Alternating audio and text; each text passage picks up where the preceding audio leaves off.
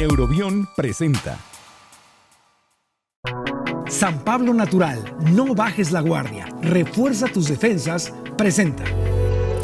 Sale muy caro enojarse, sale muy caro ser enojón, preocupón, estresado. El 70% de las defensas del cuerpo están en el colon.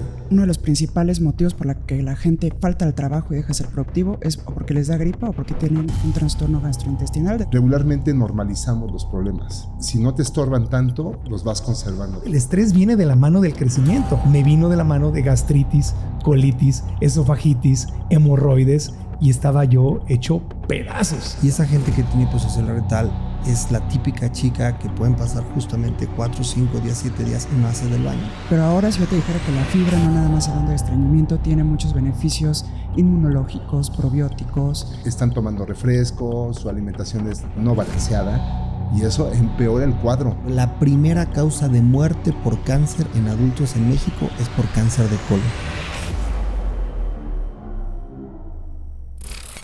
Bueno, esa es una probadita nada más porque el podcast va a estar muy bueno. Las preguntas de hoy son muy básicas. ¿Es normal vivir con el estómago inflamado? ¿Es normal que te duela la pancita, que se te inflame, que tengas gastritis, colitis, esofagitis? ¿Es normal sentirte pesado, pesada, no poder dormir bien? Eso lo vamos a hablar hoy con nuestros expertos. Nos acompaña la doctora Luisa Victoria Fuentes, gastroenteróloga, el doctor Fernando Leal, médico y doctor en nutrición, y el doctor Juan Carlos Sánchez, coloproctólogo, presidente de hecho del Colegio Mexicano de Especialistas en Coproctología. La plática va a ser una mesa redonda con los tres. Vamos a aprender muchísimo. Esta es la oportunidad.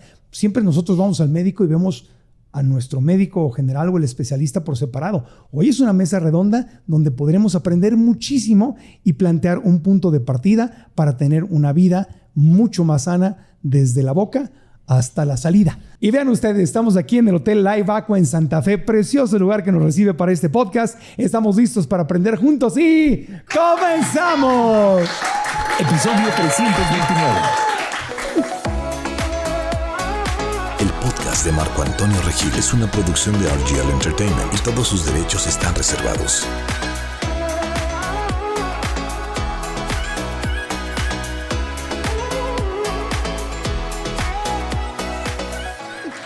Bueno, vamos a aprender mucho. Doctores, bienvenidos. ¿Cómo están? Gracias. ¿Anda bien la digestión, todo? Yo creo que sí.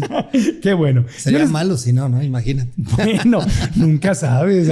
Hay gente, como dicen, hay gente que habla mucho de algo y luego no lo practica en casa. Yo les pregunto, ¿es normal vivir con el estómago hinchado, andar estreñido, tener dolores después de que comes? Porque yo muchos años de mi vida los viví pensando que eso era normal, que yo comía, me inflamaba, me dolía, me daban gases y ya se me pasaba a las horas. ¿Es normal eso?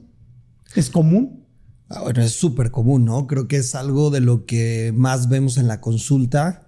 Nosotros a esto le llamamos distensión abdominal, es decir, que comes y de repente tu abdomen está como ya botado, planito, botado. Es muy común. Y duele. Y duele, exacto. Muchas veces hay dolor acompañado de esto y hay muchas veces que hay síntomas agregados como estreñimiento o alguna otra cuestión más. No es normal, definitivamente. No debería ser así. No debería ser así. Es normal que después de que cualquier persona come haya cierto proceso de digestión, pero no es normal que eso se detone y que después se continúe durante el día, ¿no? Mi abuelito comía y se desabrochaba, ya estaba grande, tenía 80 años, se desabrochaba el cinturón, se abría el pantalón y movía la silla y se decía, ¡ah! Pero eso, o sea, no es normal. O lo que pasa con la gente que toma su refresco después de comer para provocar un eructo y con eso se sienten mejor. O en el restaurante te ofrecen un digestivo que supuestamente ayuda con un licorcito del, ¿cómo se llama? Del 40 y tantos. O un anís, ¿no? Esa cosa. El anís. Ponen cara a los doctores de no se me anden automedicando con licor. Oigan, a ver, empecemos por el tema de ir al baño. ¿Cuántas veces es normal que un ser humano sano vaya al baño? A ver, lo normal en cuanto a número de veces por semana son 3 veces a la semana. En 7 días, mínimo. Eso se define estreñimiento. Porque los que comemos mucha fibra, pues vamos diario. No es por presumirles. Pero te voy a decir algo, Marco. Hay gente que va diario, pero tiene evacuaciones incompletas. Es decir, te voy a poner una hora. Va a las 9 de la mañana y a las 9:40 y a las 10 y a las 11 termina de evacuar. Esas evacuaciones incompletas, a pesar de que evacuaste más, ahí ya van más de 3 veces al día, eso es estreñimiento. Claro. Porque no solamente hablamos del número de evacuaciones a la semana, sino de los síntomas que vienen alrededor de la falta de evacuación. Pero esas evacuaciones me imagino que no son cómodas. O sea, vas y te cuesta trabajo. Pujas, te tardas mucho. Duele. Tienes que tomar posturas en particular o incluso llevándolo al extremo. Hay gente que pues usa alguna maniobra digital, algún auxiliar para poder tener una evacuación. No, hay gente que se mete a leer un libro, ¿no? Hasta revistas te ponen en el... Yo no entiendo mucho. Yo llego y a lo que voy y vámonos. Es como un centro de diversión. Hay pacientes que hasta tienen bocina, las revistas. Hay gente que fuma allá adentro. Se toma un cafecito. Un cafecito en la taza del baño ahí. Sí. Porque, bueno, el café sí te mueve. El café es algo que ayuda a que se mueva el intestino. Yo creo que eso es algo muy importante para la gente. Yo siempre le pregunto esto, hay muchos placeres en la vida. ¿Sí? Para nosotros que nos dedicamos al intestino, todo lo que implique esfínteres es placentero. Claro. Te pueden listar varias cosas que implican esfínteres. Ir al baño debe ser placentero. Claro. Es decir, vas 3-5 minutos, sale bien, sale flojito y vámonos. Y debes de sentir placer después de ir al baño. Sí, pues liberas ahí. Creo que es muy sencillo. Cuando eso no sucede es que algo no está bien. Claro. Y cuando comes, todo el mundo se preocupa por comer mucha proteína. Te vas a morir si no comes mucha proteína. Pero no es una preocupación común preguntarte, ¿estás comiendo suficiente fibra? ¿Qué es lo que hace que vayas al baño, no? A ver. ¿O no? Sí, algo nada más para comentar. La proteína, el consumo de proteína, pues tiene muchos beneficios cardiometabólicos. Sí, claro. ¿No? Pero ahora si yo te dijera que la fibra, no nada más hablando de estreñimiento, tiene muchos beneficios inmunológicos, probióticos y claramente que ayuda a que un bolo fecal, que la popó, sea mucho más placentera. Entonces es algo que tendremos que invitar a los pacientes o ser un poquito más insistentes en el consumo diario de fibra. Y la fibra no viene en la carne, la fibra viene en las frutas y verduras, ¿no? O sea, básicamente, ¿dónde la encontramos? Sí, fíjate, bueno, para poder ir acarreando la situación, uno de la primera pregunta que hiciste fue sumamente importante y la traigo a colación porque se une con esto. Regularmente normalizamos los problemas. O sea, si no te estorban tanto, los vas conservando. Por ejemplo, el estreñimiento, si no te incomoda tanto, pues lo vas tolerando, ni siquiera le llamas estreñimiento. Bueno, tengo que estar esperando más tiempo, no pasa absolutamente nada. Pero las personas muchas veces ocupan cosas alternativas para poder lograr defecar. Y dentro de eso, pues entonces lo único que no consideran es la fibra. Pero no solamente es la fibra aunada a líquido.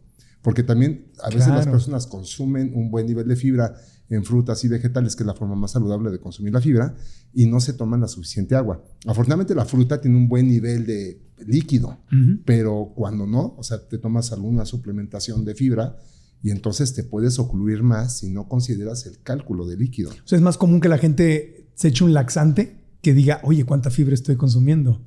Es correcto. Hay algo justamente hablando de esto y tal vez para el tema de evacuar, que nosotros vemos padecimientos proctológicos a causa de malos hábitos evacuatorios. Hay una neumotecnia, TONE, 3 minutos para evacuar. La O es de una vez al día en inglés.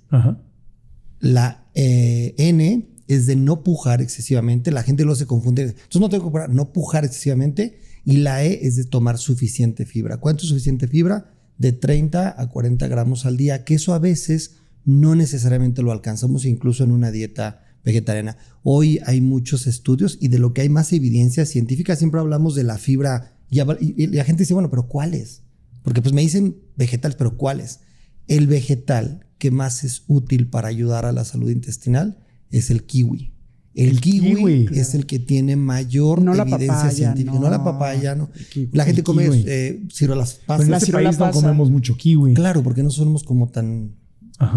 ¿Y por qué el kiwi? Pues es una fruta. Mira, lo que pasa es que la Constitución, para ampliar un poco y hacer muy específico, imagínate una charola de 50 centímetros por 40 llena de frutas, vegetales, cereales, todo lo que te comes. Eso es lo que equivalente a más o menos 40 gramos de fibra. Entonces muchas veces las personas no se alcanzan a comer eso. O sea, no es común que lo coman. O sea, no es con un par de plátanos, una manzanita. No. Tengo que entrarle en serio a la fibra. No tienes kiwi, bueno, pues agarras cualquier fruta de temporada y la consumes. Por ejemplo, una naranja con todo y todo. Pero con una no basta. O sea, No. Tienes que comer. O sea, el equivalente mínimo son 5 frutas diarias. A ese nivel, O sea, mínimo. Entrando con todo. Con toda la cáscara. Con toda la cáscara. La doctora tiene cara que quiere que comamos más fibra todavía. No, o sea, sí, pero la verdad es que llevándolo a la vida o a la dieta occidentalizada que tenemos actualmente, ¿dónde? Es complejo y es ahí la importancia de no lo estás alcanzando con la dieta, tienes que suplementarte. Tienes que tener un suplemento que sea fibra soluble. Fibra soluble, pero dentro de las fibras solubles hay de fibras a fibras, Claro. porque hay unas que tienen más bien azúcar con fibra. Exacto. ¿No? Y no queremos eso. Sí. Hay dos grandes familias, las fibras solubles y las insolubles.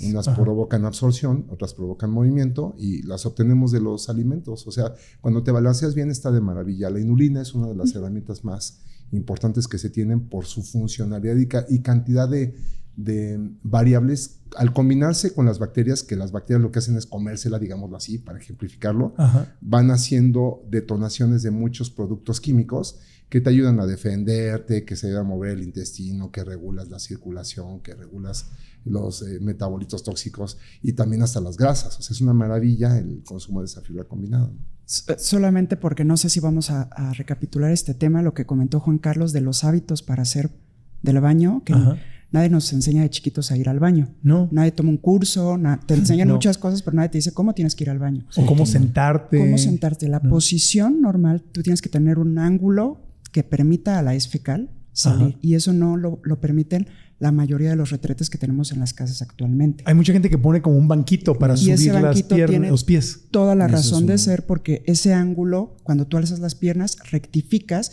y los músculos de la pelvis o del piso pélvico, digamos que se relajan y permiten que la popó salga. Y otra cosa es en qué momento o cuáles son los momentos del día en los que es mucho más fácil que tú vayas al baño. Cuando te despiertas y después de comer. Claro. Siempre cuando nosotros hacemos ejercicios, yo le digo a mis pacientes, si te tienes que ir a sentar al baño, es en esos momentos, porque el reflejo gastrocólico o el reflejo de ir al baño va a ser mucho más fuerte e importante en ese en la mañana. Y sí sirve ponerte este banquito. Por supuesto que sí. Para subir las piernas. Claro, si tú ves un perrito o un gatito cómo hace del baño, ya sé que no somos perros o gatos, pero pues haces esa postura, esa posición. Por eso en el mundo oriental hay un hoyo en el piso literal. Esto creo que hemos justamente occidentalizado muchos nuestros hábitos de alimentación, incluso del aseo. El asearte con papel de baño no es algo que sea de lo más limpio. Lo ideal que usáramos a lo mejor un bidet. Esta otra práctica que es muy oriental de hacer con las piernas justamente flexionadas es algo que creo que por ahí puede empezar como mucho. A mí me encanta que lleguen a la consulta porque finalmente son pacientes que va a atender uno, pero todo esto es mucho por malos hábitos. Les das educación. Son muchas preguntas, pero ¿por qué limpiarte tu colita con papel del baño? No, mis abuelos tenían bidets. Yo me acuerdo que hace mucho se usaban los bidets como en Europa, pero pues ya yo hace rato que no veo un baño con bidet. Los baños cada vez son más chiquitos además. Pero ¿por qué el bidet y por qué el papel de baño no? Porque finalmente, mira, se mezcla varias cosas. Si tú no tienes una buena calidad de heces, es más difícil que te haces. ¿Sí me explico? Que te haces bien. Que te haces bien. Entonces, el papel literal es dejar demasiado residuo y más qué tipo de papel utilizas. Entonces, o sea, que estaría mejor algo húmedo. Una toallita. Hoy tal vez la toallita húmeda para bebé es una mejor opción. O de plano hacer un aseo, ¿no? A la consulta llega gente no porque tenga malos hábitos de que no se asea por suciedad. Es porque se excede en la forma en que se hace eso. Claro, te das, te limpias tan duro. Un papel de baño en una ida, ¿no? Claro, y está seco, entonces te puedes hasta sangrar. Pero claro, si lo haces con una toallita húmeda, pues obviamente, si con papel seco perdón que seamos tan gráficos, pero estamos hablando, verlo desde el punto de vista médico y de salud. O sea, tú crees que puede estar limpio con papel, pero te pasas una toallita húmeda y pues sale igual que un bebé, sale más. Es que la fricción que estás generando en un área con tantas terminales nerviosas, con tanta predisposición a un cambio de epitelios porque pasas a la mucosa, estás dejando... El papel de todas maneras lo haces con bacterias, o sea, lo sintetizas. O sea, es una microbiota que vas a meter que no es la propia. Y posteriormente estás haciendo un efecto mecánico, pero por si fuera poco, una persona que no tiene problemas para defecar, ni siquiera tendría que dejar tanto residuo fecal después de defecar. O sea, lo ideal es que te limpies y casi no haya nada. O nada, casi. Ok. Claro. Eso es lo ideal. Entonces, eso me lleva a la otra pregunta. Las heces, perdón que seamos tan gráficos, pero pues es salud gastrointestinal. ¿Cómo se debe ver? ¿Cómo luce unas heces? Una hez fecal normal. Sí, porque yo siempre me fijo. Cuando llevo a mi perrito a caminar, yo siempre me estoy fijando. Claro. Yo siempre lo veo. Y en cuanto veo algo raro ahí, como muy duro, o muy cortado, o muy claro, sueltecito, inmediatamente digo, aquí hay algo. Lo mismo deberíamos hacer con nuestras propias heces. Fíjate que en cuanto al color, que muchas veces nos llama mucho la atención, hay patologías muy específicas donde el color de la popó sí nos hace pensar en ciertas situaciones. Pero el resto, en lo que más nos fijamos, es en la consistencia y en la forma. Y es una hez fecal que tiene que salir formada, amable para el ano recto, suave. No bolitas, no pedazos. No en pedazos, no en escívalos, no cortada. Y en un solo pujo, verla directamente en el retrete. Como tren, como el metro, el tren, sí, ahí Así es. Así, o sea, es algo... Como si me preguntas una forma, como una salchicha, un embutido, no cortado. Ok. ¿Y color? ¿Cafecito? Café, puede ser incluso, depende mucho, se modifica mucho por lo que comas, por la fibra, claro, por ciertos medicamentos, pero generalmente es café oscuro, puede tener un poco tonos claros, pero... En el pasado, cuando yo llegaba a comer queso, me acuerdo que era te altera completamente tu experiencia de ir al baño. La hez fecal, el color de las heces fecales son muchísimo por lo que comes, por el pigmento que se da por medio de la bilis. La bilis lo pinta, entonces comes mucha carne, vas a tener un color más oscuro. Okay. Por ejemplo, la gente en vigilia se va a dar cuenta cuando pasa eso, que come solamente pescado, su hez fecal es mucho más clara. Entonces, y el queso también lo pone más claro y ya es más difícil ir al baño si comiste mucho queso, por ejemplo, muchos lácteos. Pues imagínate la irritación química que tienes en la mucosa intestinal con los lácteos, ¿no? Yo agregaría otro elemento que es súper importante y es el olor de las heces. O sea, a veces normalizamos que las heces deberían de tener un olor, pues literal fétido, ¿no? Pero cuando hay un olor demasiado intenso, esto nos habla de que algo no está bien dentro de nuestro intestino. Esto nosotros casi siempre lo relacionamos a una sobrecarga bacteriana o a lo que llamamos disbiosis, que es un desequilibrio de la microbiota intestinal, ¿no? Entonces eso hay que checarlo también. Sí, o parásitos, ¿no? O sea, los parásitos es muy común. O sea, cuando vean la hez fecal pintada de verde, con baba, moco, sangre, una de las principales características que tienen que descartar son amibas, por ejemplo. Al doctor de inmediato. Ahora, regresando al tema de los laxantes. Un laxante no se debe de tomar a menos que estés bajo tratamiento médico y que tu doctor te lo mande, ¿no? O sea, ¿cuál es el peligro de automedicarte? Bueno, no sé si laxante es un medicamento. Sí, es un medicamento. Okay. ¿Cuál es el peligro de tomar laxantes como una solución? Ya fuiste una vez al doctor, te mandó los laxantes. Pues ya aprendiste el caminito. Ahora tú te los tomas cada vez que tienes problemas y ya no consultas a tu médico. ¿Cuál es el peligro de esto? A ver, el peligro, obviamente un laxante, la mayoría y el mecanismo que quieran, te va a hacer evacuar, ¿no? Claro. Porque veamos al tracto gastrointestinal como una tubería y la mayoría de los laxantes o medicamentos que hacen que el intestino se mueva, te va a hacer evacuar. Entonces, si tú te automedicas este tipo de medicamentos, podrías estar cubriendo la causa del estreñimiento, que al final del día, los estreñimientos, y hay tipos específicos, hay algunos que no van a tener causas y son trastornos del eje cerebro que hemos comentado, pero hay otros que sí van a tener causas específicas que podrías cubrir con la toma de estos medicamentos. Sí, estás cubriendo el síntoma, hay que ir al origen del problema. Es que ese es el punto más importante, porque el médico te lo puede prescribir una vez, ya no lo consultas más y las personas siguen consumiendo este tipo de métodos para eso.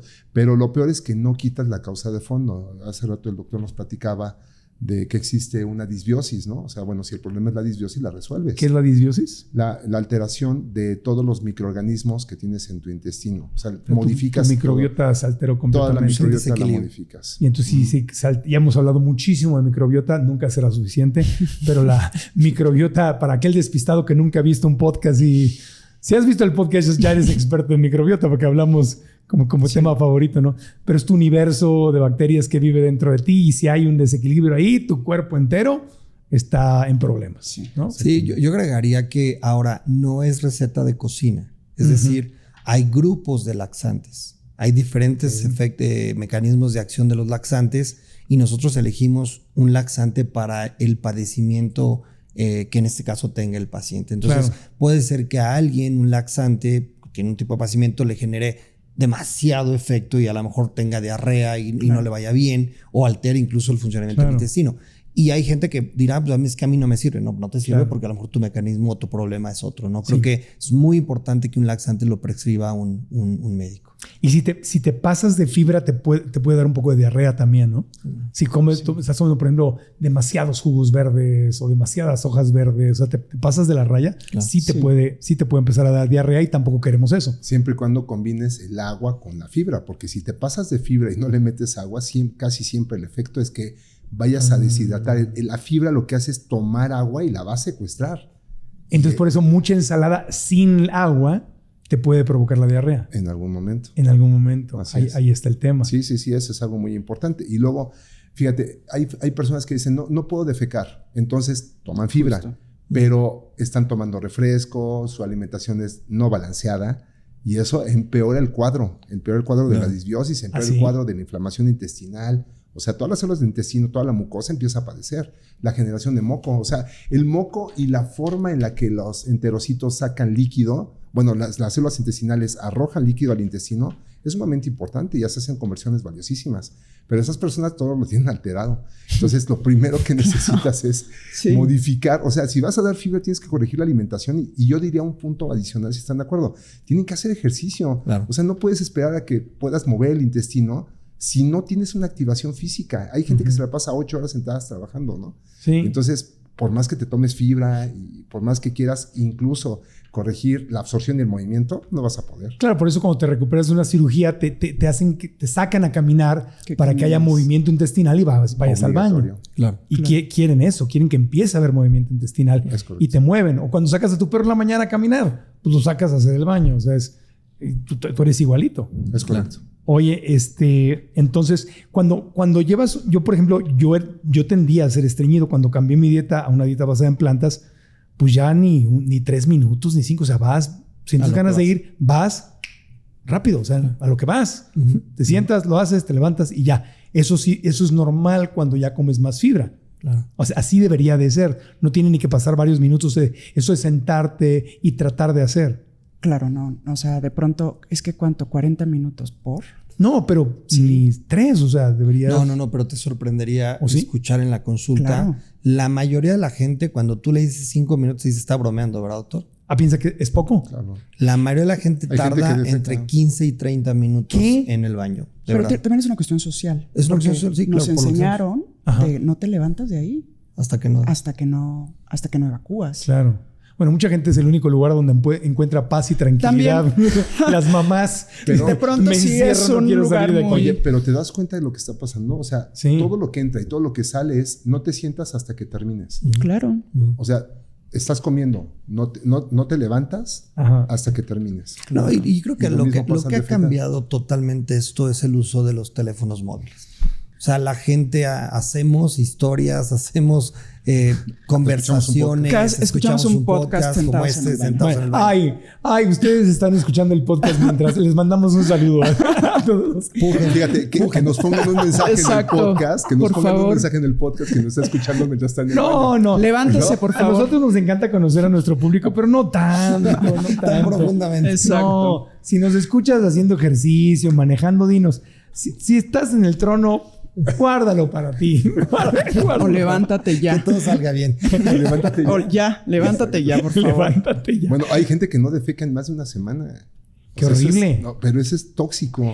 Yo lo que leía es que cuando la gente come mucha carne, por ejemplo, carne, quesos, y no consume fruta, que puede tener 3, 4, 5 alimentos en el intestino que no han salido. Puedes andar cargando un montón de comidas que no han salido. Eso es mito o realidad. No, es realidad. Han utilizado marcadores en la comida. O sea, por ejemplo, una fruta en el mismo día la defecas. Sí. ¿no? Pero una carne puede tardar día y medio y no la terminas defecando. Algo muy importante cuando hablamos de estreñimiento y que lo hemos tocado de forma indirecta es, pues bueno, hablamos de movimiento intestinal, de hábitos, de insuficiente fibra. Algo muy importante es que hay gente, y sobre todo con ciertas patologías, que pueden acumular mucha popó en el recto y no sienten. Esto, es decir, tú a cierta cantidad de popó, tu cerebro dice, te tienes que ir a sentar al baño, te sientas y evacúas. Eso es lo normal. Sí.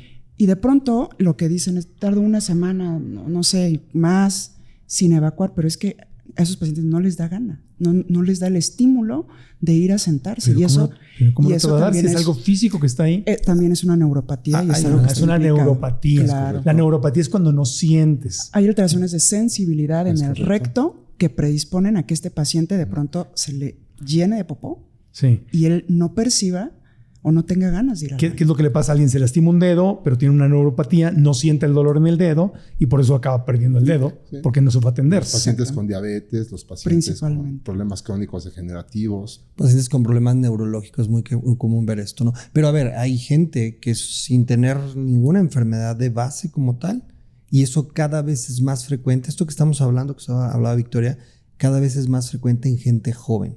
Esto se llama hiposensibilidad rectal. Y esa gente que tiene hiposensibilidad rectal es la típica chica que pueden pasar justamente 4, 5 días, 7 días y no hace del baño. Entonces, eso es una cuestión que tiene que atenderse con un especialista y que puede, de verdad, como tú decías hace rato, el ejemplo que pusiste del dedo, puede en un momento dado requerir un procedimiento quirúrgico. Claro, puedes perder una parte de tu cuerpo. Oigan, vamos a hacer una pausita cuando regresemos. Quiero que me cuenten por qué en gente joven. O sea, si la gente joven en teoría debería ser la más sana, ¿no? ¿Por qué está pasando eso? Ya nos quedamos claros que hay que tomar fibra de origen natural y si lo trabajas con tu médico, fibra soluble, pero de buena calidad y con respaldo de tu médico y checar que no sea un bote lleno de azúcar nada más, de baja calidad, sino sea fibra de calidad. Hay marcas, hay de marcas a marcas. Cuando volvamos, quiero que nos comenten qué tanto influye la calidad de mi salud en mi intestino con mi estado de ánimo, con el sistema inmunológico. ¿Y qué es esto del intestino perezoso o el intestino irritable? ¿Y qué puede hacer la gente que está recibiendo tratamiento de cáncer? Que mucha gente nos dijo, oye, yo estoy recibiendo un tratamiento de cáncer y desde que estoy en las quimios y estoy recibiendo algunos medicamentos, me cuesta mucho trabajo ir al baño. Entonces volvemos después de una pequeña pausa en el podcast.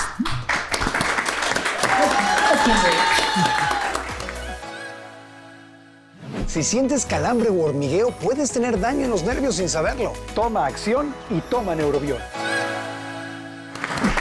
Estamos de vuelta hablando de salud intestinal. Con nosotros la doctora Luisa Victoria Fuentes, gastroenteróloga, que trabaja en el Hospital Ángeles Santa Mónica en Polanco, y ahí la tienen a sus órdenes. Ahorita al final nos van a dar su información. El doctor Fernando Leal, médico, investigador, doctor en nutrición, apasionado de andar, investigue.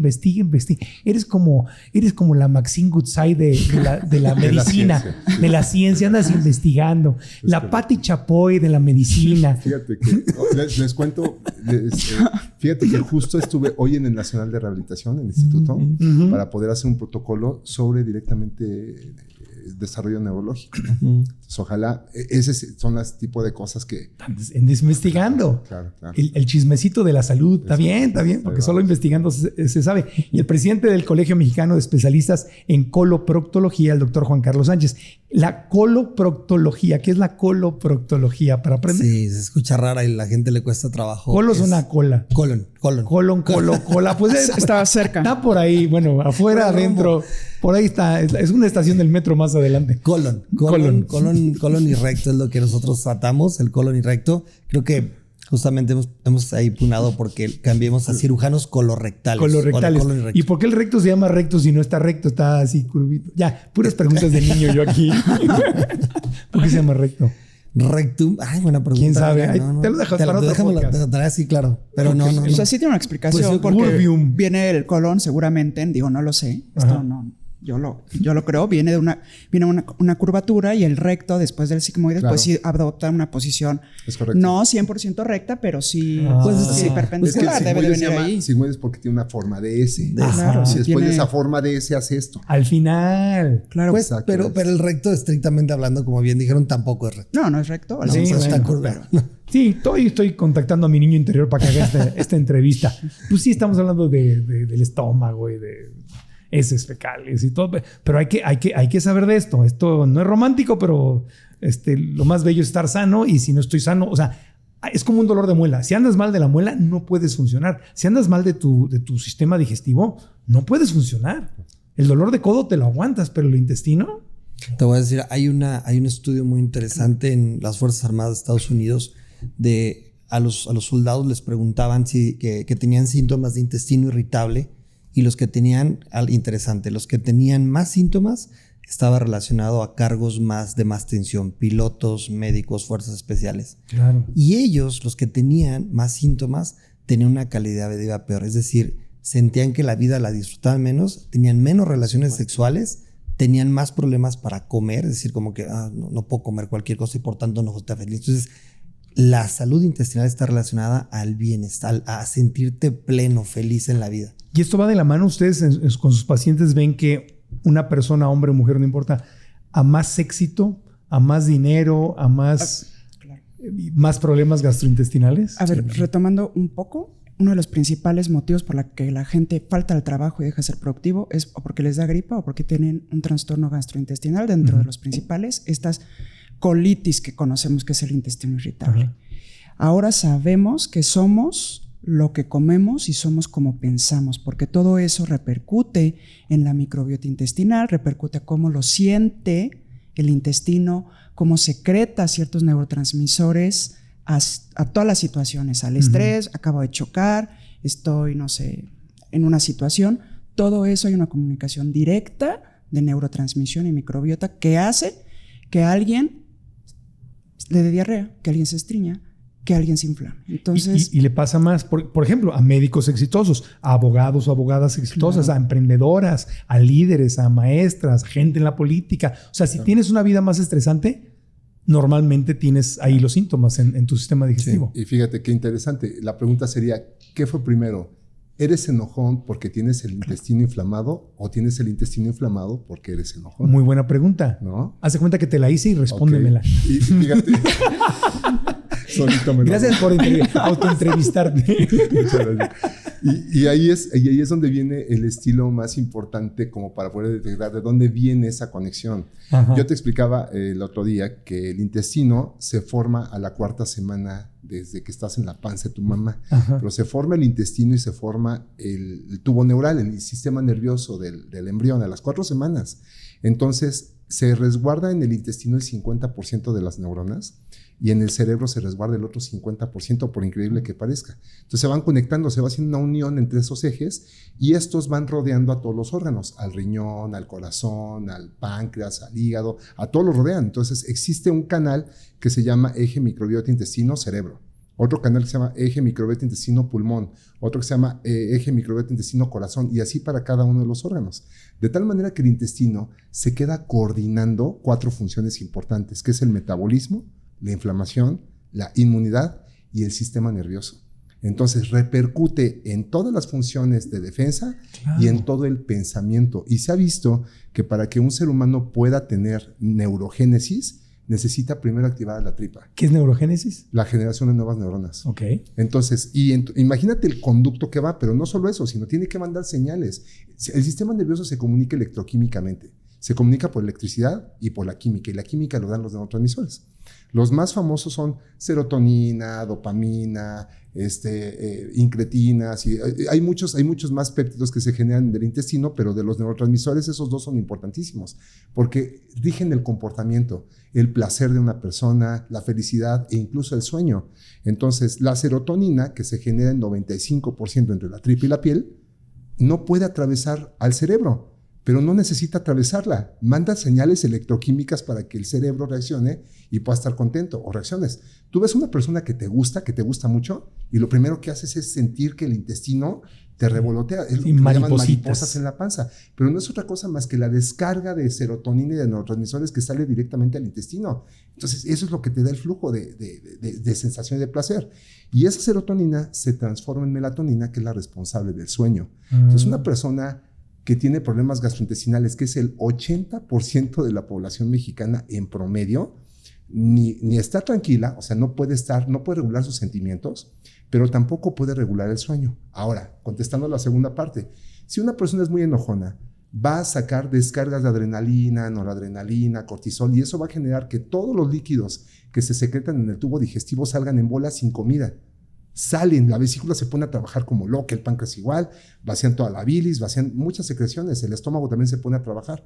Y entonces eso modifica la microbiota y hace que tú también puedas llegar a tener mayor cantidad de problemas gastrointestinales en todo el tracto digestivo, desde la boca hasta el ano. Entonces, ambas tienen parte de razón, Pero ¿quién tiene un peso más importante? El equilibrio que guardan tus bacterias, la mucosa intestinal, lo que vas comiendo y tus pensamientos. Hace rato lo dijo la doctora y yo concuerdo mucho con ella. Pero sin duda, el estado de ánimo y el sueño tendrán que ver siempre con una microbiota estable y una regulación de los problemas gastrointestinales. Y sale muy caro enojarse, sale muy caro ser enojón, preocupón, estresado. Yo creo que como remataría con todo lo que acaba de comentar el doctor, es el intestino es el segundo cerebro. Hoy le llamamos el segundo cerebro y sí, las emociones se sienten en el intestino.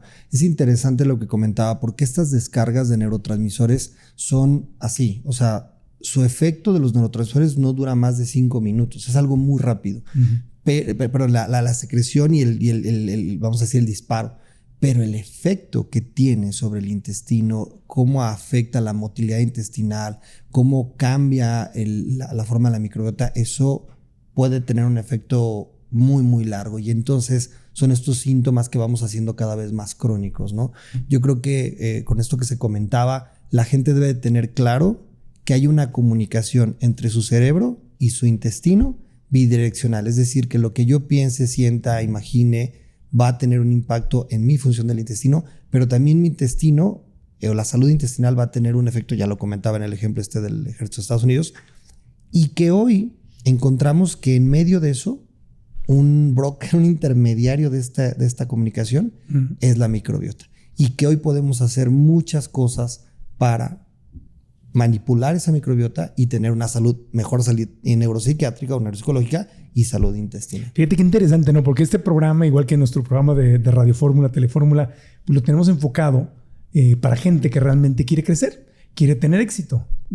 Éxito, pues cada quien lo define como sea, ¿no? Más dinero, más salud, más felicidad, más viajes, una casa, un auto, lo que sea, ¿no? Cada quien tiene su versión. Un auto, doctor.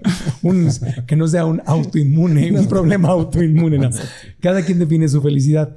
Pero pues inevitablemente cuando empiezas a tener éxito, te vienen más responsabilidades. Pagas más impuestos, empiezas a contratar a colaboradores, te endeudas, líneas de crédito, todo. Entonces el estrés viene de la mano del crecimiento. Yo lo digo porque yo lo viví cuando yo pasé de no tener mucho éxito a que me vino mi momento de un auto en el 97, 98 que hicimos Atinar al Precio y que fue mi gran momento donde fue el antes y después de mi carrera. Me vino de la mano de gastritis, colitis, esofagitis, hemorroides y estaba yo hecho pedazos. Entonces, qué interés. Tenemos que tener los ojos muy abiertos porque eso con lo que tanto soñamos puede venir, si no nos cuidamos, con el paquete de un montón de enfermedades. Fíjate que eso que dices es muy importante. La mayoría de nosotros, bueno, seguramente cuando nos formamos como médicos y actualmente la mayor parte de las patologías tienen la cura en medicamentos, en cuestiones farmacéuticas.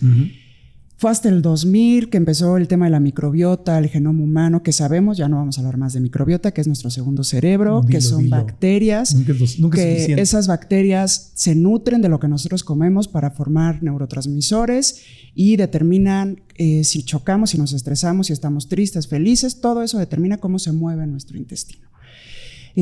Hay un autor que es Mario Alonso Puig, que era era un cirujano general, que luego estudió neurociencias y él nos explica cómo hay patologías desde la hipertensión, cardiopatía, estreñimiento, hemorroides, todo lo que me acabas de decir que te pasó cuando tuviste, un cóctel que vienen de la falta de regulación de cortisol.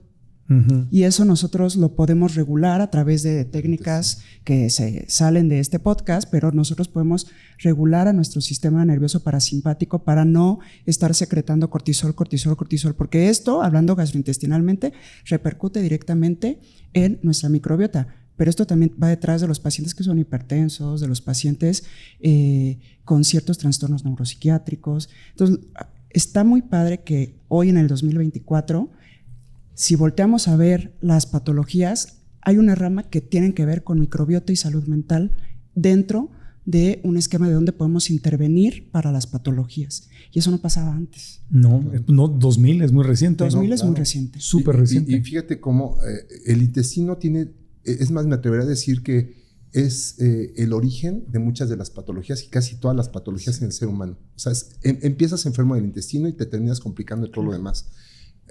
Tomando este ejemplo del problema cardiovascular, imagínate que la secreción de serotonina hace que los vasos sanguíneos puedan dilatarse y relajarse, pero el corazón igual. Entonces, una persona que tiene gastritis o reflujo muchas veces lo puede confundir incluso con un infarto, no solamente por la irritación y el dolor que puede presentar en el mediastino, o bueno, en la parte central, sino porque todo lo demás se activa y entonces empieza la taquicardia, empieza la sudoración, pero tiene que ver con una disregulación de todo tu sistema nervioso y es el efecto de la ansiedad, ¿no? Entonces, realmente todas las enfermedades, si pudiéramos hablar hasta la misma diabetes, tuviera que ver, es más, ¿para qué estás dando medicamento contra la diabetes, desde metformina hasta cualquier otro medicamento, si no has corregido la microbiota?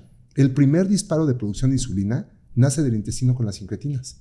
Tú vas a tener, son algunos péptidos, algunas pequeñas proteínitas que van a mandar señales al cerebro y al páncreas para que se produzca insulina. Sí. Y si el intestino está mal, no las haces. O sea, no hay cómo señalizarlo, ¿no? Sí, Hipócrates decía eso, ¿no? Lo platicábamos la otra vez en el programa, que la salud y la enfermedad entran por el intestino y muchas veces dentro de ese intestino, el que tiene y voy a defender mi especialidad, el que tiene un valor más grande es el colon. El colon es un sitio donde la gente piensa que nada más es la última parte del intestino y pasa la materia fecal. No, hablábamos que ahí está el del lado derecho del colon, está el bioreactor del cuerpo, es donde más concentración de microbiota hay y es donde cuando buscamos estos blancos terapéuticos de dar un probiótico, es hasta allá donde queremos que llegue ese probiótico a hacer un efecto. Hace rato lo comentaba el doctor, la gente debe de entender que se sabe que hay una proporción muy grande justamente de neuronas, que están en el intestino. O sea, el intestino, por eso le decimos que es el segundo cerebro. Sí. La otra es que el 70% de las defensas del cuerpo están en el colon, están en el intestino. Si nosotros estiráramos la piel de una persona, probablemente tenga entre 2 y 3 metros cuadrados más o menos. Si uno estirara todo el intestino completo, porque el intestino tiene muchas vellosidades, estirado mide la mitad de la cancha del Estadio Azteca. Wow, de una persona. Imagínense, y nos comemos algo y no nos preocupamos, o sea, nos estamos preocupando por ponernos en la piel eso, no nos preocupamos qué comemos. O sea, no te preocupas un taco, qué es lo que trae. Gracias a que el 70% de las defensas está ahí en el intestino, es que nos podemos defender también de esto. Y la comida tiene que pasar por ahí y necesito fibra para que recorra todo ese espacio. Esto es importante. No la fibra, cuando decíamos la vez pasada que la gente siempre te pregunta cuando le dice que va a fibra, oiga doctor, ¿y qué tal si me acostumbro? O sea, yo le digo, bueno, pues, ¿y a poco con el dermatólogo no, pues le dice, ¿a poco si me acostumbro de ponerme bloqueado? Claro. Pues qué bueno, ¿no? Ajá. La fibra es el alimento de la microbiota. Punto. Es lo que la gente debe entender. La fibra es el alimento de la microbiota. Y como muy bien lo explicó el doctor, ese es el alimento que va a acompañar al probiótico, a lo que yo me coma y que va a hacer que tenga un efecto positivo con todo lo que hemos mencionado. Inmunidad, metabolismo. Hay un experimento muy interesante, nada más para que vean el impacto de la fibra. Hoy manipulamos la microbiota, para temas de obesidad. Hay un experimento muy interesante que se hizo en ratones gemelos de la misma madre que nacieron en un medio completamente estéril. Es decir, tenían una fibra que no estaba alterada por nada. Les dieron la misma alimentación y los ratoncitos mantuvieron su peso. Les cambiaron la alimentación y pudieron subir más o menos de peso, alguno que otro, ¿ok? Pero cuando le manipularon la microbiota a uno de ellos, de manera intencionada, alguna variación que sabemos, bacteroidetes y firmicutes son como los dos más importantes. Cuando hicieron un desbalance, una disbiosis en uno de los ratones, que no habían estado expuestos nada más que lo único que hicieron fue desbalancearlo, al que le dieron comida similar, uno subió de peso. Es decir, hoy la microbiota... O sea, misma comida, diferente calidad de microbiota. Uno sube peso, otro no sube. Son ratoncitos idénticos, hermanos. Sí. O sea, y ya no solamente... Entonces, si tengo problemas para bajar de peso, tengo sobrepeso y quiero bajar, entonces habría que checar mi microbiota. Pero o para subir. Voy a poner todavía un poquito más, ¿no? Así todavía vamos a meter más. Imagínate que tú casas a una persona gordita con una flaquita. Ajá. Y al besarse, al intercambiar su propia microbiota, están intercambiando esa información genética. Claro. Lo que modifican es la epigenética, cómo señalizan los genes. En besos y pueden darte ahí dando los besos, comiéndote todo, la piel, porque todo te comes la microbiota de la otra persona. Lo que te puedas comer, o sea, de todo lo que, o sea, porque te comes la piel, los alimentos igual, porque me refiero a los alimentos. Claro, sí. Sí, por supuesto. No, me gustas tanto, quiero comerme tu microbiota. No, los besos nomás los besos no solo son en la boca, o sea, hay que aclarar eso, ¿no? Sí, bueno. A ver, ¿de qué estamos hablando aquí? Besos en la boca sin... No hablemos claro. No. A ver, besos en la boca sin intercambian microbiota, ¿sí o no? Sí, intercambian microbiota, claro. Por supuesto, y si te andas besando por allá abajo, más. Pues... No, aquí se viene a aprender. Sí. La piel, o sea, la misma piel. Y la piel y los... Sí, a ver, es que tenemos microbiota en la piel. Uno es rinconero. A lo que voy es que imagínate que una persona solía comer ensaladas y otra solía comer hamburguesas. Hamburguesas, claro. Pero los mismos hábitos vas teniendo cosas. Te acuestas en la misma cama. Claro. O sea, y entonces empiezas a intercambiar todo tipo de... Pero es que es bueno saberlo. Suena chiste, jaja, ay, qué bárbaro. No, pues es bueno saberlo para que sepas en qué te estás metiendo. O sea, esa persona, ¿te quieres su microbiota en tu cuerpo? Piénsalo. Cuando hablamos de microbiota hay factores exógenos y intrínsecos. Y intrínsecos viene la epigenética que determina nuestra microbiota. Pero hay cosas que nosotros ya, después de los 3 años, después de si nacemos vía parto, cesárea, lo que nos pasó a nuestra mamá en la lactancia, que es la dieta, de donde principalmente determinamos nuestra microbiota. Claro. Y voy a poner un ejemplo tuyo, que tienes una alimentación vegana. Esto que hablaban de firmicutes y bacteroidetes, que para la gente tendemos que tener más firmicutes, muchos firmicutes y menos... más bacteroidetes, menos firmicutes, perdón. ¿Es eso? Especies bacterianas. Son como los 2 más grandes grupos de la microbiota. Para que estemos sanos, se ha visto que en los pacientes que tienen una alimentación vegana, este cambio en la microbiota hace que haya mucho más polifenoles o mucho más situaciones que hace que cardiovascularmente estés cardioprotegido. Sí. No así, por ejemplo, los pacientes que tienen una dieta occidental. Supercarnívora. Ahí este cambio bacteriano de especies bacterianas hace que haya una microbiota o tipos de bacterias mucho más proinflamatorias, con una inmunidad distinta. Entonces, sí hay cosas exógenas, la dieta principalmente, que hace que determina cómo vamos a responder a las situaciones externas. Oye, sí te dejé terminar porque ya me fui yo con la microbiota. ¿Sí concluiste o te interrumpí horrible? Es que fíjate, hay un estudio muy interesante porque lo quiero tomar en cuenta y además no se organiza. Hay dietas que son de moda, hay dietas que... Claro.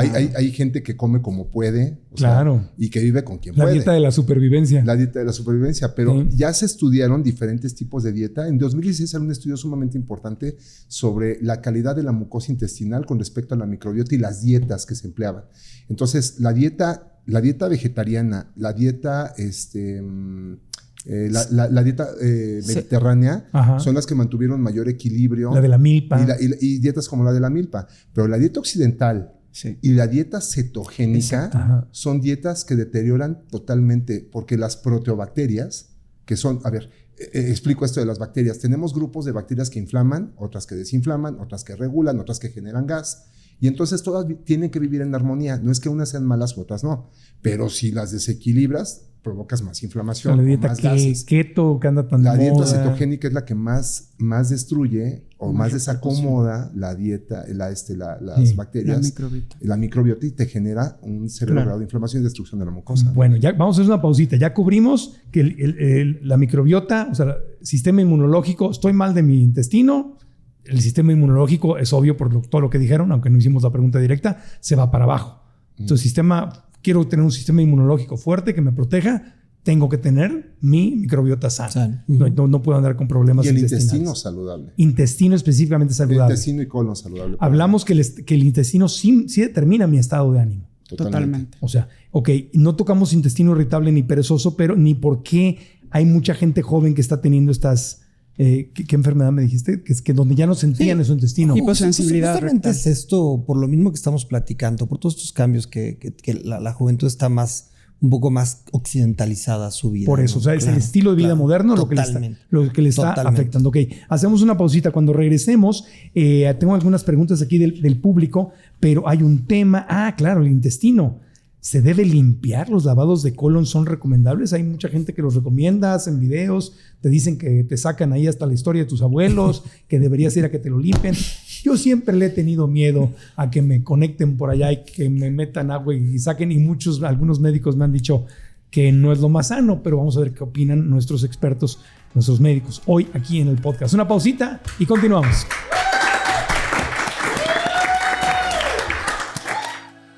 ¿Sabías que la contaminación ambiental puede estresar tu cuerpo y además afectar tu sistema inmunológico?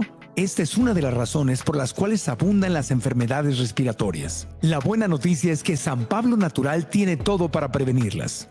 Desde vitaminas, suplementos, remedios herbolarios, hasta comida que puede fortalecer tus defensas. Visita tu sucursal de San Pablo Farmacias más cercana o llámales al 800-072-6722 o bájate la app para descubrir todo lo que ofrecen. Y ahora continuamos con el podcast.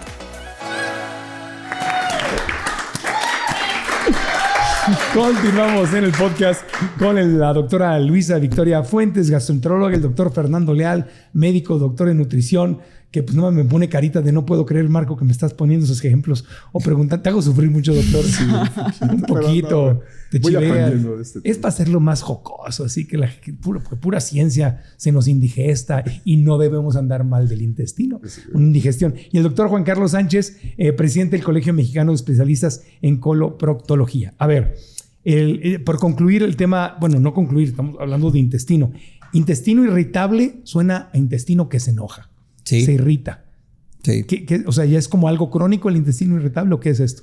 El intestino irritable, lo que la gente comúnmente llama colitis, que creo que podríamos llevarnos de este podcast, cambiar un poquito esa palabra, porque la colitis es otra cosa. La colitis es una inflamación clara, marcada de la mucosa del intestino, que puede verse infecciones, que puede verse problemas autoinmunes o algunas otras cuestiones. Entonces, cuando hablamos de intestino irritable, estamos hablando de justamente lo que la gente llama colitis, y es de lo que hemos platicado, es una alteración en este balance. Hay varias teorías, hay teorías que hablan sobre una microinflamación a nivel de la mucosa, hay teorías que hablan justamente de una disbiosis o un desbalance de la microbiota, y es algo ¿qué será, Victoria? Probablemente es un conjunto de todo. Es un conjunto de todo, es lo que más vemos en la consulta. Y sí, la gente la conoce como colitis, pero es un paciente que come, se llena de gas, se inflama y tiene una alteración en el patrón evacuatorio, es decir, o se estreñe o le da diarrea. O las dos. Hay gente que 2 días evacúa hacia diarrea, el tercer día evacuó bien y los últimos 2 días de la semana empieza con estreñimiento. Ok, y eso no es normal, hay que ir con el médico, hay que tratarlo. Mucha gente, cuando estuvieron ustedes con nosotros en nuestro programa de Radio Fórmula, Telefórmula, hablábamos de que mucha gente no se trata estas enfermedades del intestino. Yo les ponía el ejemplo, yo tuve hemorroides y por años no fui al médico porque me daba vergüenza y descubrí que un desinflamatorio me bajaba y me quitaba el problema hasta que un día fue una cosa horrible y fui de emergencia al doctor. Mucha gente no va al médico porque les da vergüenza. Doctor, huele mal mi gas o se me hincha el estómago. Les da vergüenza hablar de esto. Claro. Y por eso no van al médico. Claro. Y otra de las causas, fíjate qué interesante, es que no lo asociamos con otras patologías. En el caso de las hemorroides, con tanta inflamación, llega un punto en donde también el recto se inflama por tanta presión que hay. La salida de sigmoides es algo muy complejo que pasa la heces fecal por ahí, pero se junta también con los vasos sanguíneos que vienen de las piernas y se unen a ese nivel.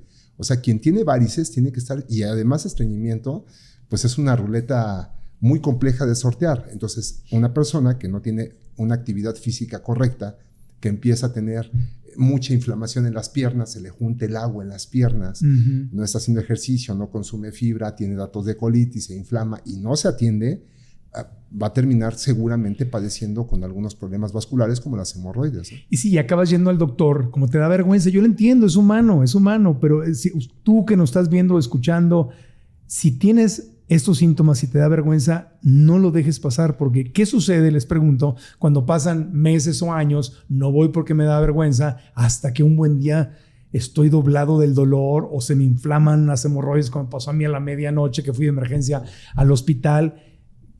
me imagino que han de haber un montón de casos. A los médicos casi siempre les llega la gente cuando ya está en dolor, un dolor agudo. En modo mexicano, ¿no? Ya hasta que hay intereses, ya hasta que nos están cobrando de más. Hasta que ya no puedo. Esto es bien importante. Se estima que alrededor del 60 a 70% de la población mexicana va a tener o tiene síntomas anorrectales. Entonces, tenemos que normalizarlo. Tenemos que hablar de problemas anorrectales como algo normal. ¿Cuáles son los problemas anorrectales más frecuentes? Hemorroides. Todos tenemos hemorroides, es normal, nacemos con ellas, pero como comentaba el doctor, por un tema de estreñimiento, de pujo, tema vascular, se van a desarrollar. Fisuras anales, que es cuando yo estoy muy estreñido, se hace una herida en el borde del ano y entonces sangro y me duele. Dolor y sangrado en el ano al momento de evacuar, eso es una fisura. O problemas de abscesos, que es una obstrucción ahí de una glándula que se llena de pus y tiene un absceso paciente. Yo quisiera tocar algo, Marco, bien importante. La gente normalmente nos va a buscar cuando tiene sangrado. El sangrado es lo que les espanta. Ojo, no todo lo que sangra es tema hemorroidal. Hoy en día, en México, números de Globocan, que es como una información estadística que dan acerca de cáncer en el mundo, México tiene como el cáncer de colon el tercero más frecuente, pero la primera causa de muerte por cáncer en adultos en México es por cáncer de colon. Y el problema es que la gente por vergüenza, por miedo, no va a un médico y lo que tiene no son hemorroides, lo que tiene es un cáncer. O sea, ¿es más que el de próstata? ¿Ya? Es lo que lo platicábamos. Es mama, próstata, colon. En ese orden. ¿Okay? En algunos lados, en algunos países está por encima el de pulmón, pero en México lo más importante que sepa la gente, porque eso no lo sabe la gente, es que el cáncer de colon es el cáncer que más está matando personas aquí en México. Qué fuerte. Y nadie dice esto, nadie Entonces sabe. Hay que ir rápido, o sea, tienes algo raro, quítate la vergüenza, ve al médico. Para ustedes ver esto es como, pues, para mí ver un guión, o sea, lo ves todos los días, o sea, es parte de tu chamba, no hay por qué tenerle, es que suena chiste, pero nos da vergüenza ir al doctor y que te revise y me va a abrir ahí mi colita, o me va a ver, o me va a preguntar, o qué pena decirle al doctor que mi gas huele feo. Esta situación de normalizar síntomas, hay ciertas edades, y hablando del intestino irritable o estas colitis que la gente, todos, ¿quién no se ha inflamado? ¿Quién no ha tenido un tema de meteorismo? Hay que saber qué es normal y qué no es normal. Hay ciertas edades en las que tener cierta cantidad de meteorismo es normal, y hay ciertas edades en... ¿Qué es meteorismo? Producción de gas que se expulsa a través de punes. Eso es meteorismo. ¿Ok? ¿A qué edad ya no es normal?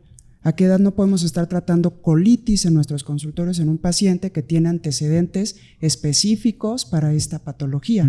Pero también en pacientes jóvenes que no tienen una carga de cáncer de colon, también saber explicarles que el gas, nosotros deglutimos 1 litro de gas al día, y eso es normal. Y ese litro tiene que salir por algún lado. Afortunadamente no todo ese gas sale por abajo, ¿no? No todo sale por eructos, sale por un poco de transpiración. Y el intestino delgado también. Sí. No, imagínate, estaríamos como... No, del litro que consumes... Ya terminaste con tu litro, Bobby.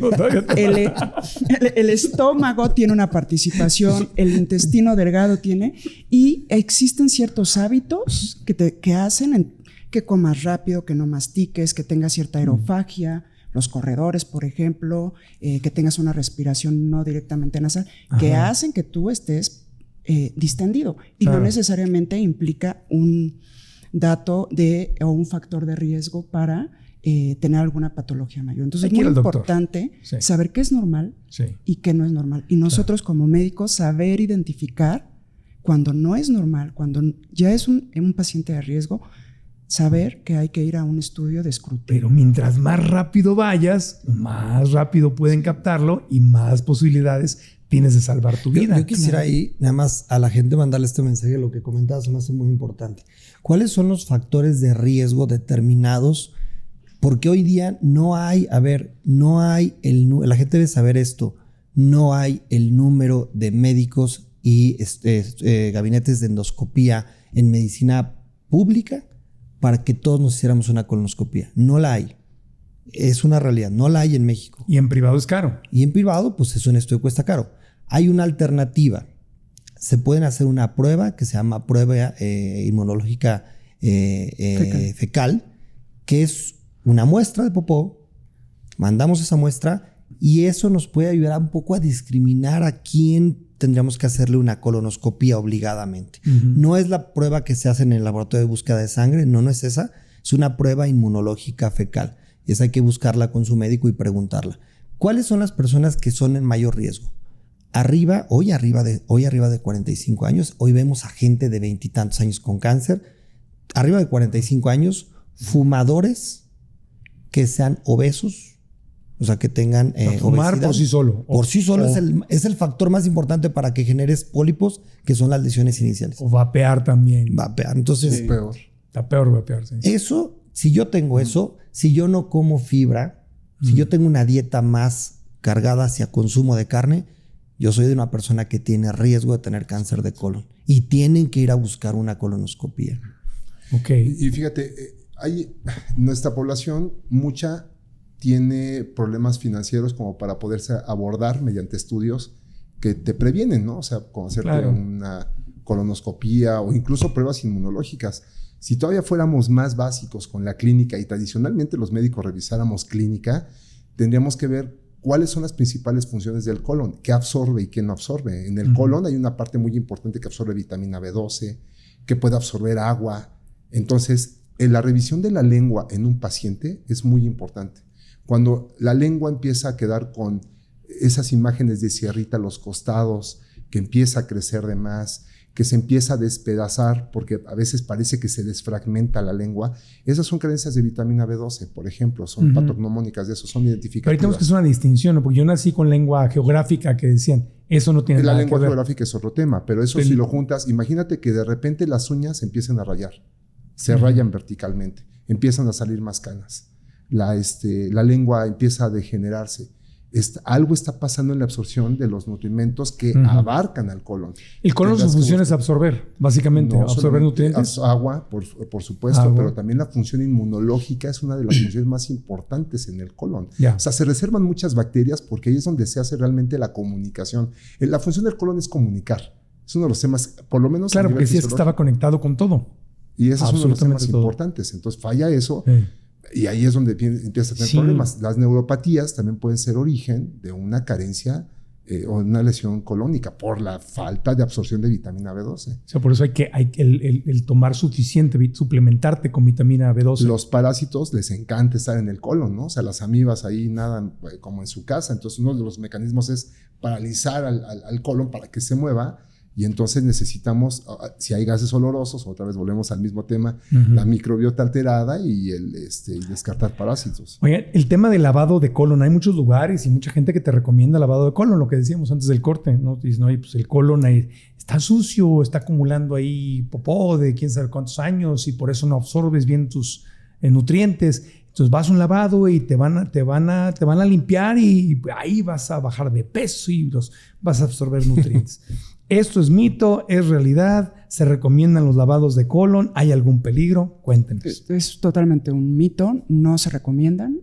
Existen terapéuticas específicas que pueden fungir como enemas lavados para hacer evacuar pacientes con lesiones medulares. Café y cosas pero así, eso es totalmente distinto a un lavado colónico. Los riesgos pueden ser inmunológicos, contracción de alguna infección, alteración total de la microbiota intestinal.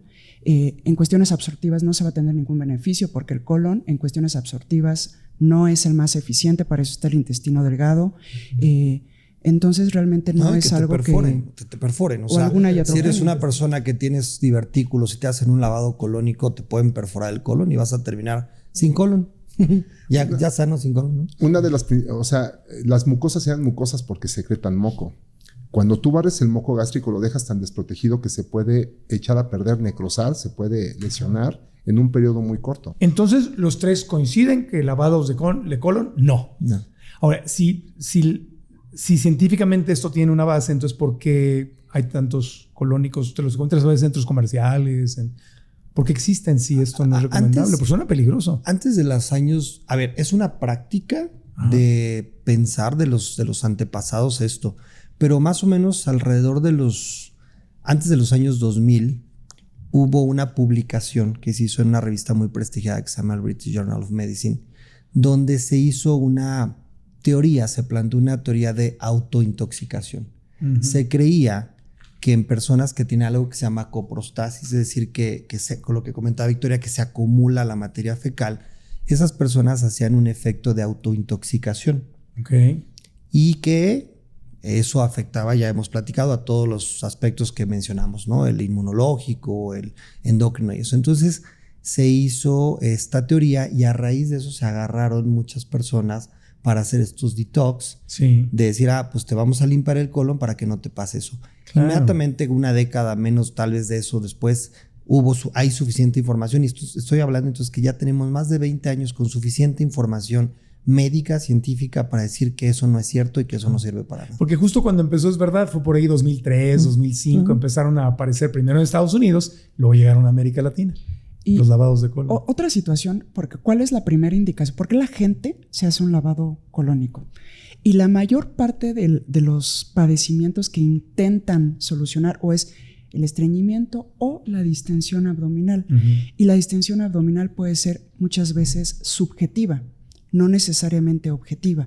Entonces, siempre se tienen que descartar otras cosas. Uno tiene aumento en el perímetro abdominal porque, pues a lo mejor subió unos kilitos de más, es una cuestión de obesidad, tiene alguna patología que haga que acumule líquido, hay muchas otras cosas, pero o la gente en lugar de cambiar hábitos, comer más fibra, tener una dieta, piensa que un lavado colónico puede ser la solución rápida a un perímetro abdominal perfecto. Claro, en vez de hacer un cambio de estilo de vida, pues voy me hago un colónico y suena bien que me limpien, ¿no? Lo más preocupante, qué bueno que fuera un problema intestinal. Lo más preocupante es que esto es eslogan de limpio por dentro, bello por fuera. O sea, el problema es que la gente los está buscando por temas estéticos, que les dicen que la piel va a estar mejor y que no sé qué tal. Entonces, de verdad es una barbarie esto. Te dicen que vas a bajar de peso porque te dicen que tienes a lo mejor kilos de excremento que no ha salido en las paredes del colon. Bueno, así me lo han querido vender. Nada que ver eso. Sí, no.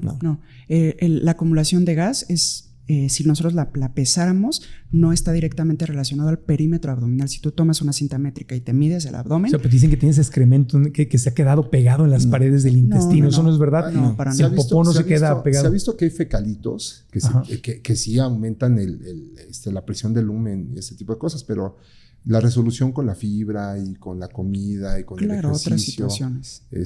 O sea, la forma sana de limpiar mi intestino sería con eso, fibra, digamos que tenemos que irnos a lo fisiológicamente normal, a lo que se espera para lo que funciona el tubo digestivo. O sea, como funcionan las cosas es lo que le tienes que ir dando. Ya. O sea, esto es para comer, para poder pasar, para dar cosas, pues se las brindas, ¿no? Ok, bueno, vamos a cerrar con algunas preguntas y respuestas lo más rapidito posible, ya para cerrar el podcast, aunque sabemos que nunca será suficiente, pero como siempre lo decimos, un podcast no es un diagnóstico, no es un punto de partida, no es para que tú vayas y hagas X o Y porque lo escuchaste en el podcast, sino es además para despertar tu inquietud de ir al médico, de ir a revisarte, porque eso es un brochazo gordo. Las pinceladas se dan con tu especialista, con tu médico, cada ser humano es único y diferente. Entonces, que eso te inspire a ir al médico. No vayas a andar tomando algo porque, en el podcast dijeron, yo lo voy a hacer. No, nada que ver. Al contrario. Pero bueno, así las preguntas que nos hacen, respuestas rápidas. Nuestra querida Pasita Mendoza de Santiago de Chile dice, ¿por qué cuando llega la menopausia se hace lenta la digestión? Bueno. Para empezar, ¿sí se hace lenta la digestión? Sí, claro. Llega una edad en la que la regulación de estrógenos y progesteronas en una mujer, que es la menopausia, determina cómo se mueve el músculo del que está hecho el intestino. Y existen ciertos pacientes que el músculo empieza a moverse más lento, empieza a haber periodos de sobrecrecimiento bacteriano que hacen que estos pacientes estén más inflamadas y con más estreñimiento. ¿Y cómo le haces para contrarrestar ese efecto de la edad? Bueno, eso va a pasar. No, eso va a pasar, pero pasa. Lo que sí puedes hacer es volver a lo mismo. Fibra, hábitos, microbiota, ejercicio y explicarle al paciente. Agua. Y hay algo muy importante. Todo lo que transporte líquido después del climaterio y menopausia se va a volver más lento. Entonces, venas, arterias, vejiga, uretra, va a tener modificaciones. Sí. Y eso incrementa las varices, incrementa el proceso de defecación. Y ahí es donde unimos, ahora sí, nuestra parte vascular con la parte del intestino, y las hemorroides suelen ser mucho más comunes cuando alguien no hace ejercicio, no se cuida. Mire, lo que busca toda mujer en el climaterio y menopausia es hacer como un puente para no sentir tanta sintomatología, ¿no? Entonces tiene que ver mucho con 5 hábitos importantes: el ejercicio, la corrección de la alimentación, el que puedan suplementarse. La fibra es una suplementación muy óptima para esto, pero hay mucho más cosas: glutamina, zinc, que es un elemento muy importante para esto, el que puedan tener una regulación del pensamiento y la corrección de su microbiota. Claro. No, ahora, una vez más, perdón que lo diga, no, estas 5 cosas, ahora me voy a la farmacia y me automedico, no, ve a tu médico, hazte una consulta, que te revisen qué es lo que tú necesitas, porque algunos suplementos que pueden ser buenos para alguien, a lo mejor no son buenos para otra persona, ¿no? Uh-huh. Pueden incluso, si tienes algún problema que tú no sabes y te tomas un suplemento o algo que fue bueno para la vecina, para la tía, a ti te puede hacer daño. Claro, sobre todo, por ejemplo, los probióticos, la manipulación de la microbiota, no todos los probióticos son iguales, ¿no? No, hay un probiótico específico para cada padecimiento,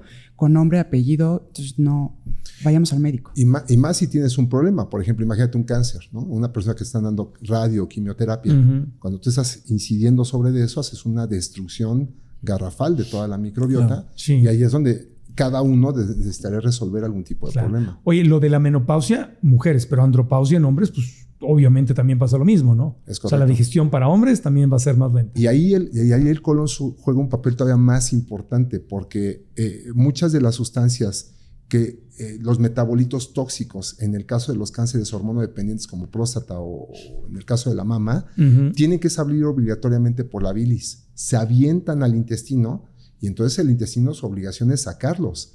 Pero cuando hay estreñimiento, eso no sale, se vuelve a regresar y más tóxico. El sulfato de estrón es uno de ellos, ¿no? Yeah. Entonces, muchos de los cánceres van asociados a no poder sacar esos tóxicos por el estreñimiento. Oye, tenemos 2 preguntas que tienen que ver con personas que están pues, en su proceso de sanar el cáncer. Kaisi Sánchez, Ciudad de México, dice: me quitaron un tumor en diciembre del páncreas. A partir de ahí empecé a sentir esa sensación de mariposas en la boca del estómago. Ahora con las quimioterapias se ha agudizado, pero me dicen que es la secuela de uno de los medicamentos. Caray. A ver, ¿sí se entendió? Pero ¿ella tiene que estreñimiento? Dice: me quitaron un tumor en diciembre del páncreas. A partir de ahí empecé a sentir esa sensación de mariposas en la boca del estómago. Sí, es un efecto compensatorio de todos los factores químicos que se están arrojando en esa zona. Cuando estás en quimio, deberías... Y los medicamentos que se hacen para la quimioterapia sí tienen la capacidad de matar las células de las cuales están hechos los enterocitos, el colon, claro. Y sí puede tener una repercusión. Ahí, si me permites explicar algo, porque eso sí es muy importante. El efecto de la quimioterapia es matar células. Ese es uno de los efectos importantes. Y mata todas. Matas buenas y malas. Claro. Pero el objetivo médico es matas a las que se replican más rápido. Las células que se replican más rápido en el ser humano son las del intestino. Cada 2 días se replican y son nuevas. Entonces, las que más padecen cuando das un quimiotáctico son las del intestino. Entonces, la primera complicación de un paciente que le das quimioterapia es la mucositis, se inflama la mucosa. Entonces, por eso son todos los síntomas que está presentando. Entonces, me suena que si vas a recibir quimio, deberías al mismo tiempo consultar con alguien que te ayude a reforzar tu microbiota y tu nutrición. O sea, tienes que hacer un plan. Oye, estoy con mi oncólogo, quimio, perfecto. Pero ¿y luego qué más? ¿Cómo voy a contrarrestar el daño que la quimio me va a hacer? Es correcto. Claro. Y además prepararte para que no suceda, porque todo es preventivo, ¿no? O sea, puede ser preventivo. Sí, Jolis González, Ciudad de México, nos dice, ella toma tamoxifeno, medicamento que se emplea como terapia complementaria en el cáncer de mama. Dice que está teniendo problemas, proceso digestivo por esta medicina. Dice, tengo problemas de estreñimiento muy severo, cambié de dieta, tomo mucha agua, pero me gustaría saber por qué el tamoxifeno no me permite tener una digestión normal. ¿Qué consejo me dan? Porque lo voy a tomar por 5 años. Sí, puede ser tamoxifeno, puede ser vincristino, puede ser metotrexate. Alguna medicina que esté tomando aparte, ¿no? Que aparte del tamoxifeno. Por lo que dijo el doctor, por la capacidad que tiene de matar ciertas células y su funcionamiento, y también agregaría la capacidad absortiva. Cuando una célula se muere, independientemente de todas sus funciones, intestinalmente la capacidad absortiva se pierde.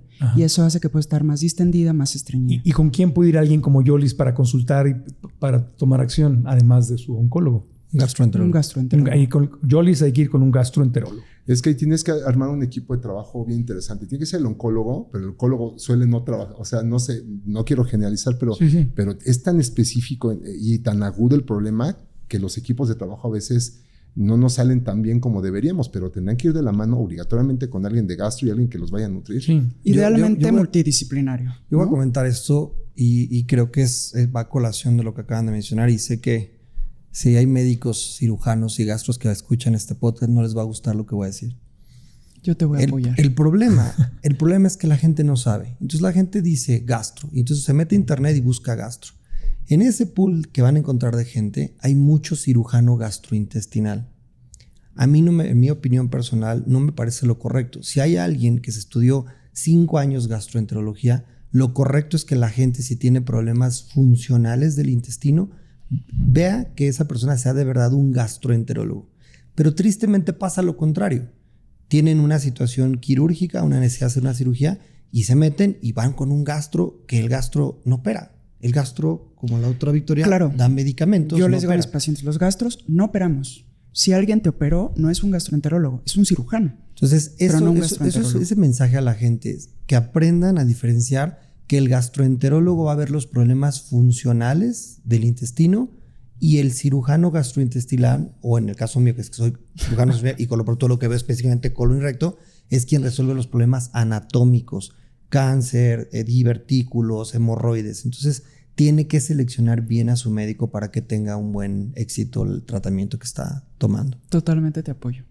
Sí, muy interesante. Me parece muy importante que se haga ese comentario. Muy interesante. Jackie Briján desde Tijuana, Baja California, dice: mi digestión es muy lenta, sufro inflamación. Quisiera saber si definitivamente necesito eliminar granos y cereales para estar mejor.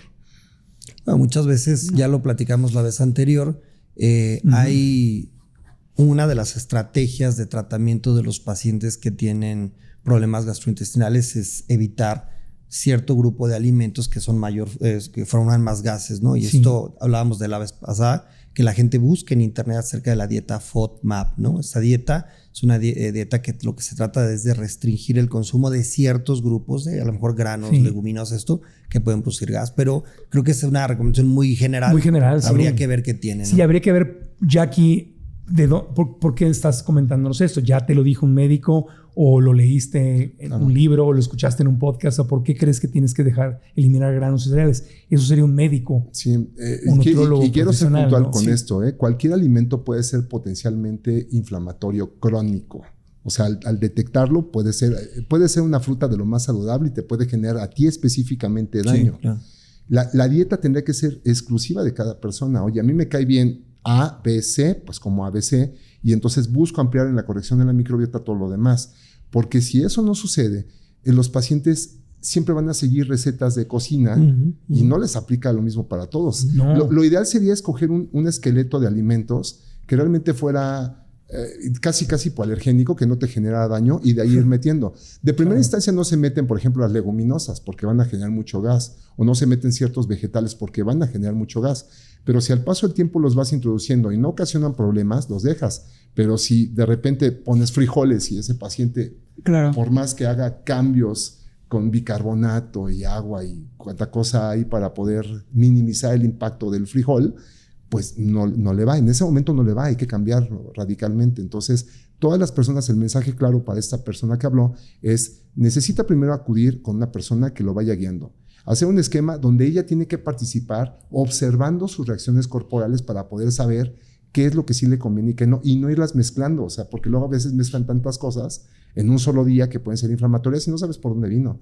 Pero una persona que ya está bien capacitada en ello, dice: oye, ¿sabes qué? Yo metí un poco de calabaza y eso fue lo que me hizo daño. ¿Y cómo supiste que fue dentro de todo ese universo? Pues porque ya tiene un conocimiento de sí misma después de experimentar un esquema muy específico. Entonces, por ahí deberá ser el camino. Sí, pero hay que tener mucho cuidado y consultar al médico, porque en países latinoamericanos, en nuestra cultura latinoamericana, te enfermas y todo mundo tiene una recomendación, un remedio: tómate esto, haz esto, haz aquello, ¿no? Es como de los deportes favoritos. Claro. Tengo un catarro. Uy, toma, mira, todos son doctores. La tía. Todos, sí, ¿no? Desde las cebollas en los pies hasta los... A mí me funcionó este medicamento, esto otro, ya va uno a automedicarse. ¿Alguna recomendación final que nos quieran dar? Yo sé que este tema, pues, es un punto de partida, no podemos cubrirlo todo en un podcast, pero algo que quieran agregar. No, Maestro, primero, Marco, agradecerte la invitación. La verdad que es un placer coincidir con ustedes y tocar estos temas. Recomendación en general, cuiden su intestino. Hoy creo que se llevan el aprendizaje de que el intestino es como lo comentábamos la vez pasada, está aquí en el centro. Por alguna razón Dios o la vida o el universo nos lo puso aquí. El intestino está ligado a su salud mental. Cuiden su salud mental, cuiden lo que coman y vayan con un buen médico. Claro. Si un médico bueno cuesta caro, vayan a ver cuánto va a costar uno que no es bueno. Sí, ahórrate en zapatos, en bolsas, ahórrate hay muchas cosas en las que puedes ahorrar, pero un buen médico en salud. Claro. Y lo vemos diario. No, pacientes que dicen, pues es que fui a la farmacia y terminó saliéndoles mucho más caro en todos sentidos. Claro, ahora hay gente que no tiene para pagar un buen médico. Lo único que tiene es la medicina pública y obviamente en medicina pública hay muy buenos médicos. Claro, por supuesto. Muchos que tienen práctica privada por las tardes y en la mañana tienen medicina pública y te puede tocar un doctor maravilloso. Totalmente. Y te puede tocar uno que no es tan maravilloso. Entonces tienes que estar muy alerta, ¿no? Claro. Pues muchas gracias. A los tres. Fue un honor. Yo les diría, somos lo que comemos y somos lo que pensamos. Vayan a su médico. Si tienen problemas gastrointestinales, vayan con un gastro. Si se van a hacer una cirugía, vayan con un cirujano, un coloproctólogo. Y el tema y la importancia de tener un nutriólogo en todos estos temas como equipo multidisciplinario, porque así como las abuelitas nos dicen qué tomar, los médicos a veces pensamos que sabemos dar una recomendación de qué comer. Y yo te voy a decir, yo como gastroenteróloga te puedo decir 4 o 5 cosas que no vas a comer. Pero esto que decías de las dietas restrictivas, cómo manejarle, qué hacerlo, sí necesitamos un nutriólogo que nos ayude siempre. Claro. Muchas gracias. Claro, perdón, doctor Juan Carlos Sánchez, presidente del Colegio Mexicano de Especialistas de Coloproctología. ¿En dónde te encontramos? Estoy en el Hospital Ángeles Santa Mónica, en Polanco, y en el Hospital San Angelín Chapultepec. En Ciudad de México. En Ciudad de México. ¿Algún Instagram? J. Carlos Sánchez R. J. Carlos. O doctor Juan Carlos Sánchez. Juan Carlos Sánchez. Lo dejamos en las notas del episodio y en pantalla también aparecen. ¿No tienes OnlyFans? No, no es cierto. Todavía no. Tu mujer no te deja. Sí. Oye, un doctor ahí enseñando intestinos y todo. No, puede ser. Doctora Luisa Victoria Fuentes, tú estás en el Hospital Ángeles Santa Mónica, Polanco, Ciudad de México también. Sí, estoy ahí. También estoy en el Hospital Español y estoy en mis redes sociales como doctora.fuentes.ernulto. Claro, y con su comentario final y tus redes sociales, ¿dónde te encontramos, doctor Fernando Leal? Primero, gracias por el esfuerzo que están haciendo tú y tu equipo para poder llevar temas que a la población le sirvan, que eso es muy complejo, O sea, juntar este tipo de mesas y además hacerlos con esa pasión es difícil y tiene todo un valor, mi querido Marco. Gracias por hacerlo, porque nos das luz a muchos que estamos deseosos de comunicar cosas para la gente. Les agradezco mucho que vengan en este estilo de mesa redonda, porque luego entre médicos hay puntos de vista distintos. Y que uno como paciente, ¿a quién le creo? ¿Cómo le creo? Claro. Y es muy, muy, muy padre traerlos, estar juntos y ver cómo tienes a 3 maravillosos médicos en la misma mesa. Así que gracias. ¿En dónde te encontramos, doctor? Me pueden encontrar como DR, o sea, la abreviación de doctor.fernando_leal, o sea, o ponen doctor Fernando Leal. Me pueden encontrar en YouTube, en Instagram, en TikTok, en Facebook. Y bueno, pues yo consulto en la Colonia del Valle.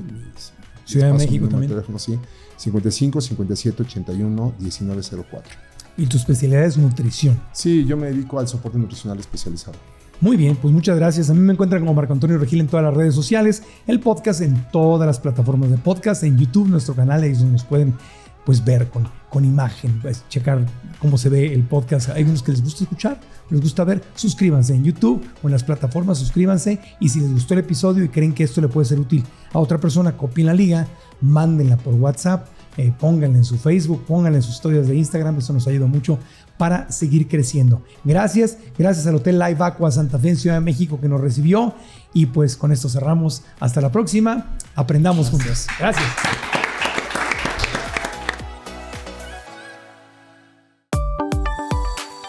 Neurobión presentó San Pablo Natural, no bajes la guardia, refuerza tus defensas. Presentó